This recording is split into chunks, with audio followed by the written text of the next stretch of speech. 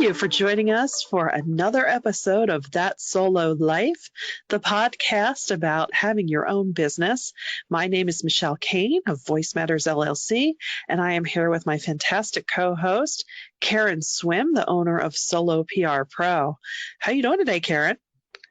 I'm doing great, Michelle. How are you? I'm good. I'm really excited about today's topic where, self-care is out there. It's all around us. And, we were talking offline about a specific kind of self-care, a new spin on self-care, how we decide how to maximize our effort without going crazy.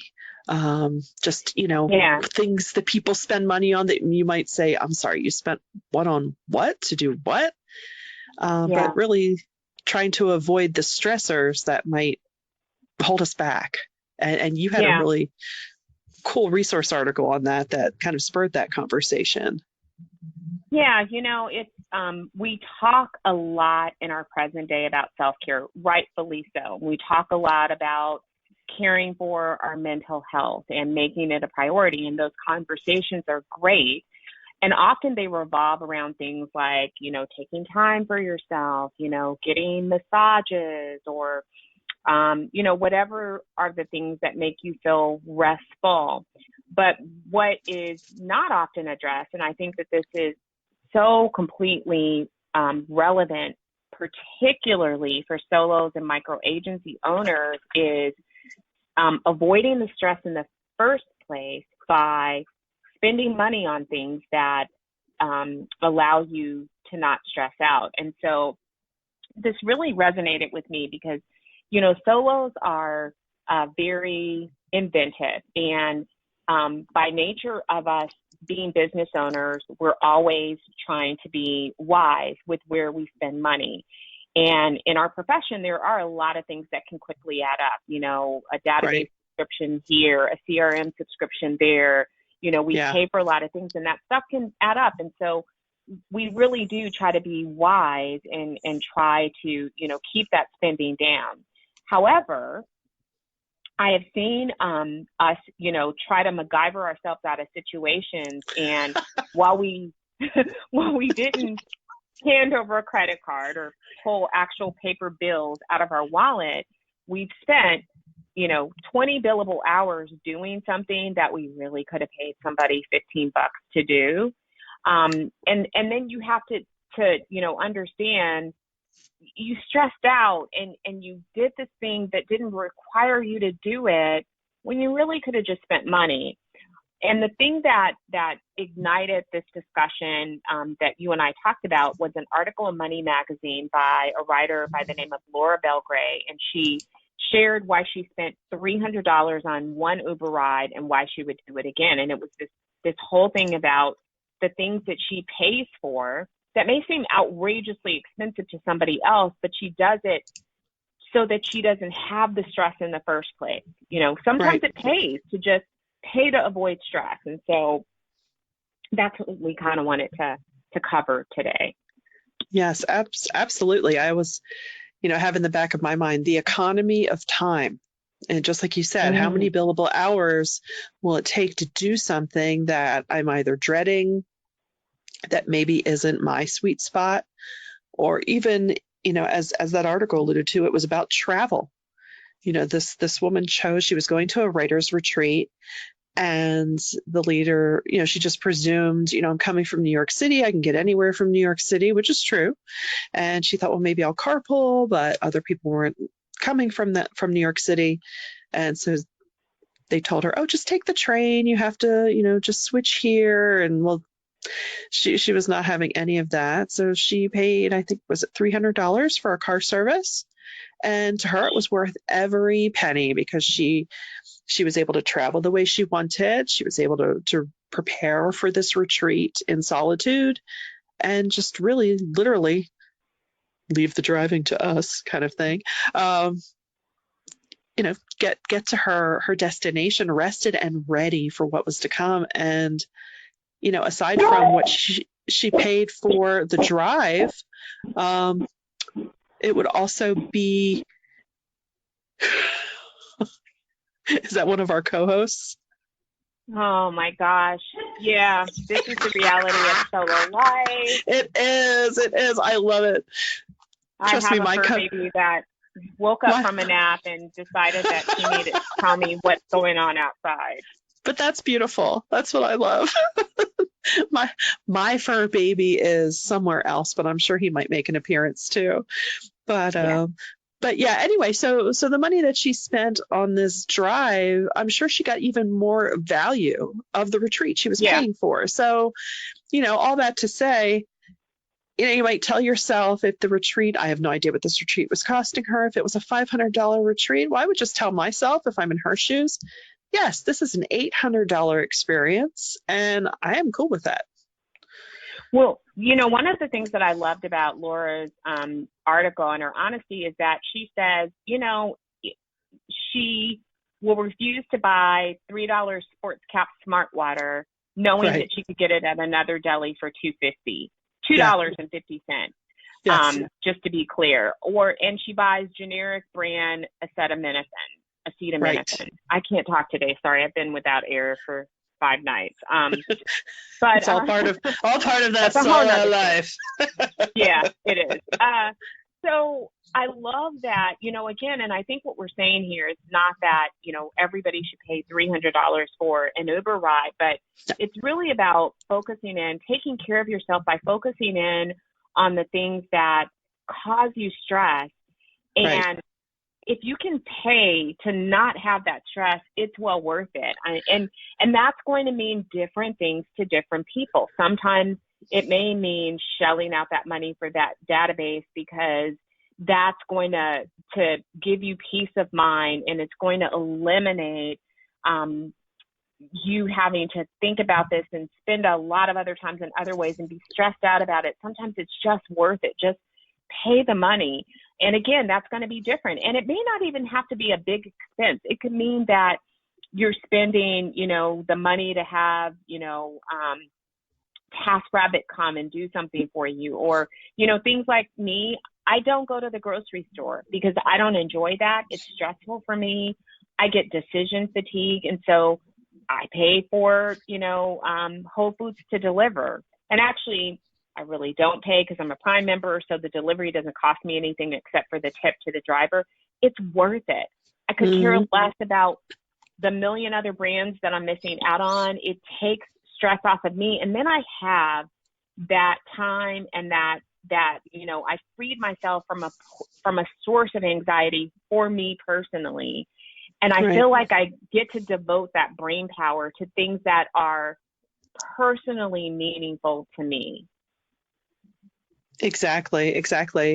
I think too, I come from this line of women who are very much do-it-yourselfers. I did not get that gene. I am very much the how much do I write the check for? I mean, Yeah. this, and it feeds into your business life too, because I think, this summer we've had a lot of rain in the Northeast. The weeds keep coming back. I am not going to spend my precious downtime pulling the same weeds that are going to grow back. So, I'll either deal with it another way. Maybe I'll call someone. Maybe I'll do the whole the Epsom salt dish detergent combo. I'll spray that and just live with it. The art still looks okay. It might not be pristine and perfect, but so many different things. I'd much rather just say, okay, how much to do that? Because I know I can either be working for that time and earning money, or I can be, doing something interesting, or, resting my sad, fatigued brain to gear up for I agree. the next need. I agree. And I think that we can sometimes underestimate the toll that these small things can, Yes. how they can affect our bodies, and how it really is taking away from something that we really prefer to be doing. Yes. And one of the things that she said in this article that really stood out to me is that she said, this is the reason that I work. And I thought, that's something that don't Mm-hmm. think that we tap into enough as solos. In her Right. mind, the reason that she's making money is to have a stress-free life. And as solos and micro agency owners, we chose this path so that we had freedom, so that we had independence. We didn't choose this path to be stressed out and you know, to mirror our experience in corporate America. And I would even say to people that are in corporate America, why are you working? Because it's not just, you Right. know, you're not earning that check to pay bills. And so if we think about what motivates us to get up every day and do what we do, isn't part of it being able to enjoy our lives? And for me, that means being stress-free. You can't Exactly. eliminate every single stressor, but when I pay for things that help me to avoid things that cause me anxiety, it motivates me and it inspires me. And it certainly, you know, when I'm thinking about, you know, bringing on new clients or I'm thinking about growing the business, all of those things are in my mind. I do this to have the life that I want, but Yes. we don't remind ourselves of that enough, I think. Would True. you agree with that? I do. I do. A lot of times, I know I'm so guilty of this. It's head down. You Yeah. have your deliverables that you have to make happen, while also keeping the pipeline open, while also doing, strategic networking. I'm Yeah. not saying I run around to every little meetup, but, you have to strategically make yourself known as well. And yes, anything that can help alleviate that. And it's not to say that we are 24/7, all hustle, no play. No, we're not. Although we did have a little funny side conversation about how PR people don't have hobbies, but Yeah. Yeah. but I think those of us that have chosen this path, we've always, even when we were in corporate, I know I might be speaking for myself, if you're a conscientious person, there's a part of you that is almost nearly always thinking. I would joke with either employers or clients, oh, this came up during a toothbrushing moment. Did I intend to think about you? No. Was I? Yes. Yeah. So to be conscious of our energy, because I think it's a Yeah. time thing and it's certainly also an energy thing. That could be a whole separate conversation of things you say yes or no to.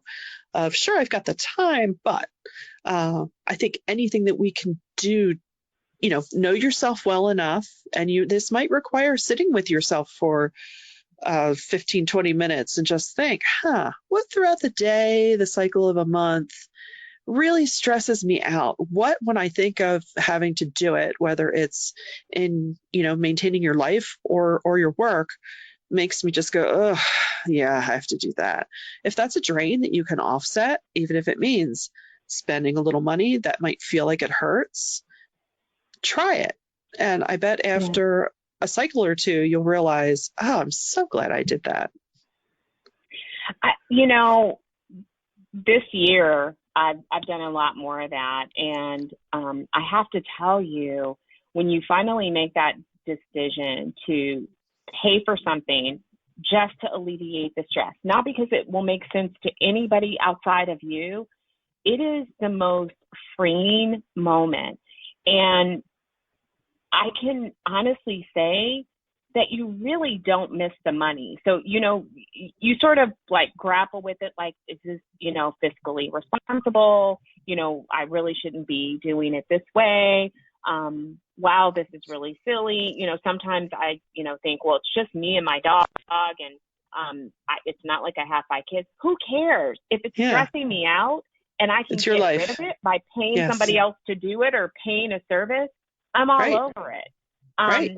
Not to the point of putting myself in the poorhouse, obviously, but Right. it's been completely worth it. And I mean, Right. I know that this is not limited to solos. I, was talking to a friend who has a business, and, he was saying, how he's working such long hours and he's so stressed out and his blood pressure's up and he's got to find a way. And I'm like, me and another friend, who's also an entrepreneur, both at the same time said, hire a VA, as we were listening to him.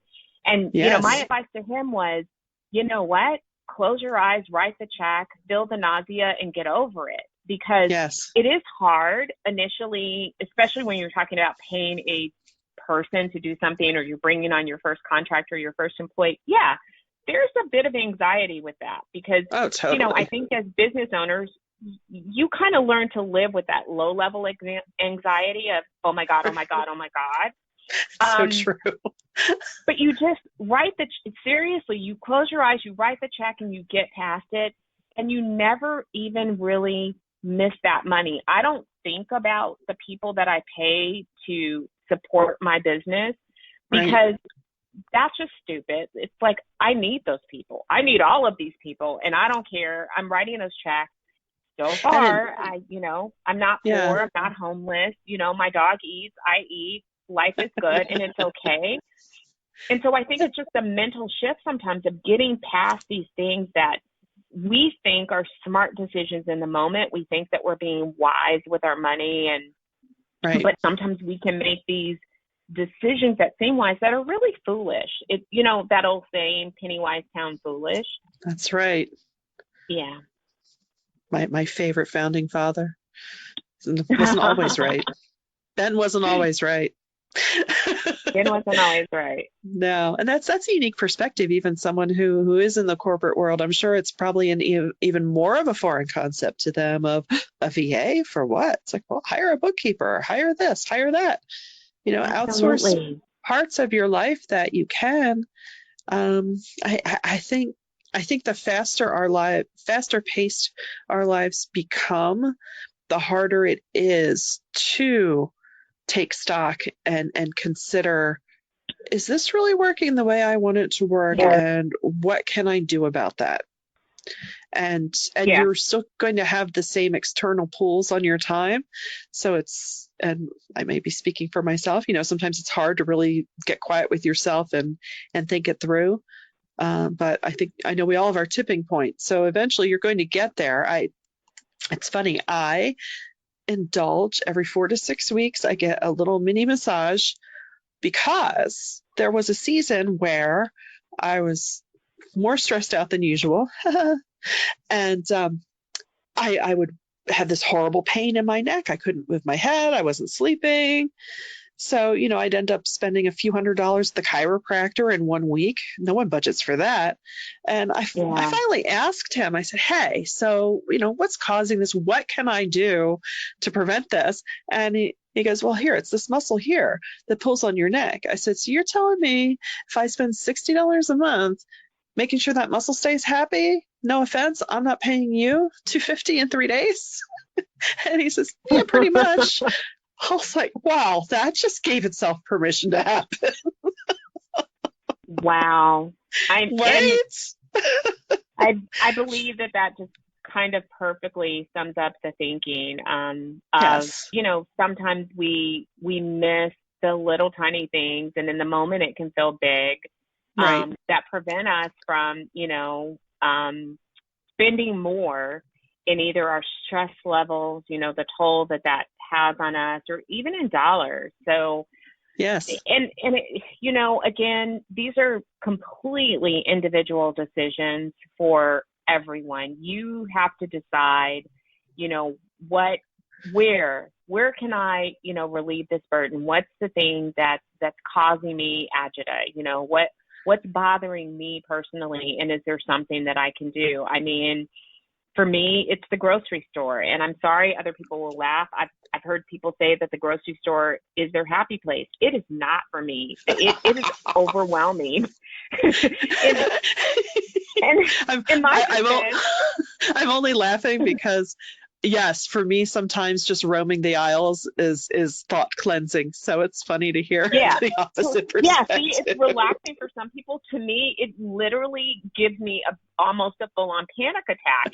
And in my defense, there are some studies that show that decision fatigue is really a thing. Totally. And with all of those choices, it kind of robs you of the ability to engage in deep thinking, which as leaders we need to do more of. So once I finally said, I don't care that everybody thinks that this whole grocery thing is like normal and it's not a big deal. It is to me. I'm not doing it anymore. How about that? I'm not going to the grocery store. And Good. So can I get you anything? I'll be heading out later. No, I'm just kidding. yeah, you can.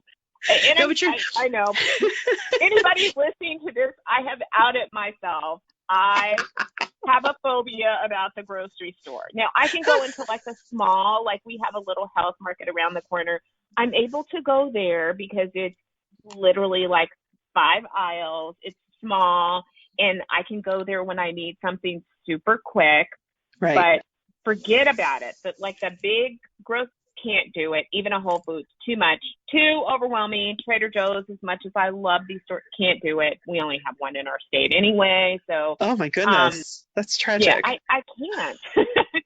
So it's, whatever in your life that other people would think, what? Yeah, You yeah. can't do your own laundry, like you Yeah, can't don't get me vacuum started your on that. floors, whatever it is.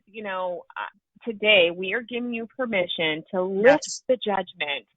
And hey, if you can pay somebody to do the thing that stresses you out, Do it. You'll be so happy. You will. And what you said about decision fatigue is very real.